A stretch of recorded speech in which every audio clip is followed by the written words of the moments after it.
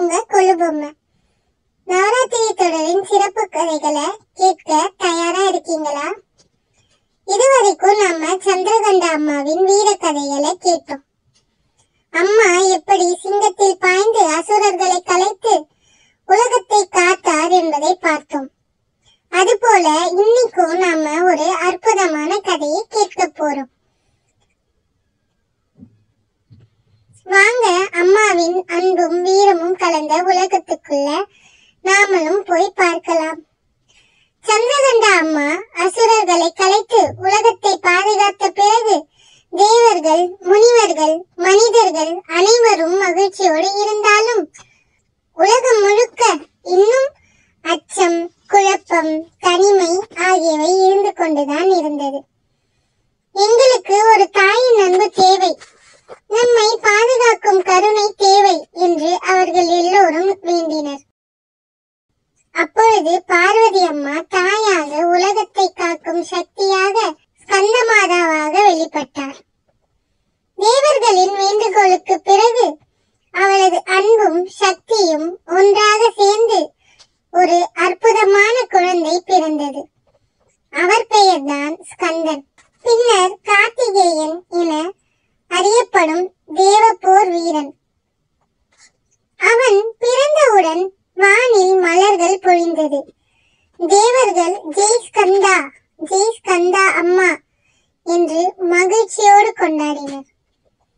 பூக்கள், மணிகள், தேவர்களின் இசைகள் எல்லாம் வானம் எங்கும் ஒலித்தது. பூமியில் பசுமை பரவியது. பார்வதி அம்மா உலகத்துக்கே தேவையான வீரனை கொண்டு வந்துட்டாங்க. ஸ்கந்தமாதா கருணையோடு குழந்தையை தழுவிக்கொண்டு புன்னகையோடு உலகத்தை பார்த்தாள். அவளது கண்களில் பாசமும் முகத்தில் அமைதியும் உள்ளத்தில் அன்பும் நிரம்பி இருந்தது.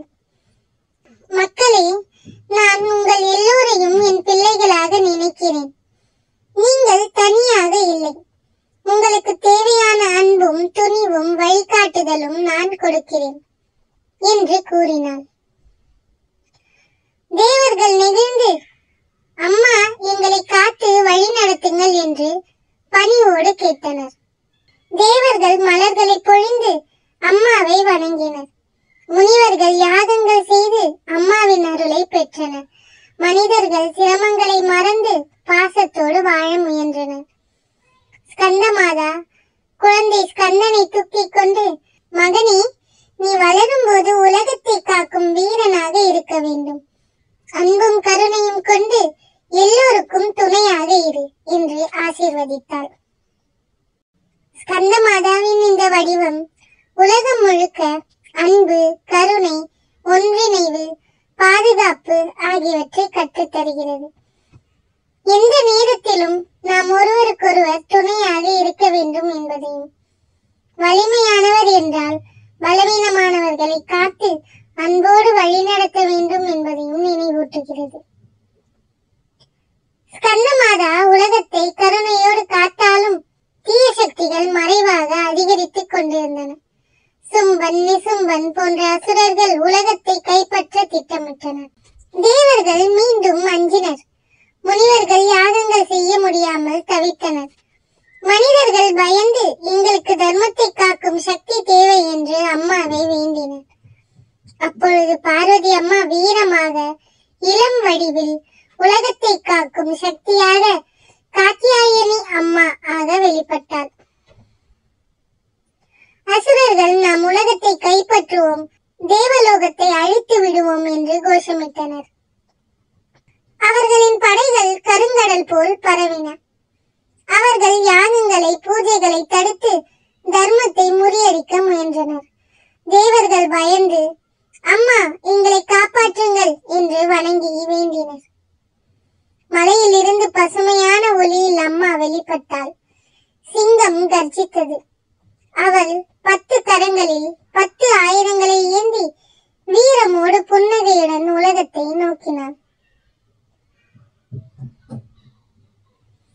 நான் வந்துவிட்டேன், தர்மத்தை காக்க நான் இருக்கிறேன் என்று அறிவித்தாள். தேவர்கள் மகிழ்ச்சியில் கைகளை உயர்த்தினர். முனிவர்கள் யாகங்களை மீண்டும் தொடங்கினர். அசுரர்கள் கேலி செய்து, பெண்ணா, எங்களை வெல்ல முடியுமா என்று சவால் விட்டனர். காத்தியாயினி புன்னகையுடன், பெண்ணாக இருந்தாலும் நீதி மற்றும் தர்மத்திற்காக போராடும் சக்தி என்னுள் இருக்கிறது. நீங்கள் அநியாயத்தால் உலகத்தை அழிக்க முடியாது என்று துணிவாக பதில் கூறினார். போர் தொடங்கியது.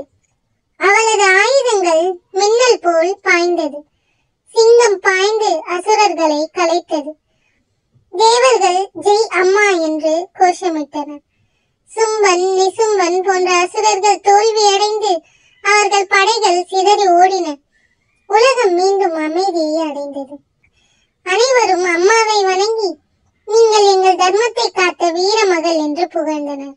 காத்தியாயனி புன்னகையுடன், தர்மத்தை காக்க எல்லோரும் ஒன்றிணைந்து செயல்படுங்கள். அநியாயத்தை கண்டால் துணிவோடு எதிர்த்து நல்லதை காத்து வாழுங்கள் என்று ஆசீர்வதித்தார். நண்பர்களே, இந்த இரு கதையும் நமக்கு சொல்லும் பெரிய பாடங்கள் உள்ளது. அன்பும் கருணையும் உலகத்தை ஒரு குடும்பமாக மாற்றும். இதுவே ஸ்கந்த மாதாவின் வழி. தைரியமாக அநியாயத்துக்கு எதிராக நிற்க வேண்டும். இது காத்தியாயனி அம்மாவின் வழி. தாயின் அருளும் வீரமகளின் துணிவும் வாழ்க்கையை நல்லதாக்கும். எல்லோருக்கும் உதவ தயாராக இருக்கும் பொழுது உலகமே பாதுகாப்பாக மாறும். அம்மா நம்ம எல்லாரையும் பிள்ளையார் நினைச்சு நல்லதை காக்க போராடுறாங்க. நாமளும் அப்படியே இருக்கணும். நண்பர்களே, இன்னைக்கு நாம ஸ்கந்த மாதா, காத்தியாயனி அம்மாவின் கதைகளை கேட்டோம். அம்மா எப்பொழுதும் நமக்கு அன்பையும் கருணையும் தைரியத்தையும் தராங்க. நாமும் நல்லதை காக்க எல்லாரையும் அன்போடு அரவணைக்கணும், துணிவோடு செயல்படணும் என்பதை கற்றோம். நாளை இன்னொரு அற்புதமான கதையோடு சந்திப்போம். இந்த கதை உங்களுக்கு பிடிச்சிருந்தா மினிபீஸ் கிச்சனை லைக் பண்ணுங்க, ஷேர் பண்ணுங்க, கமெண்ட் பண்ணுங்க, சப்ஸ்கிரைப் பண்ண மறக்காதீங்க. நன்றி நண்பர்களே.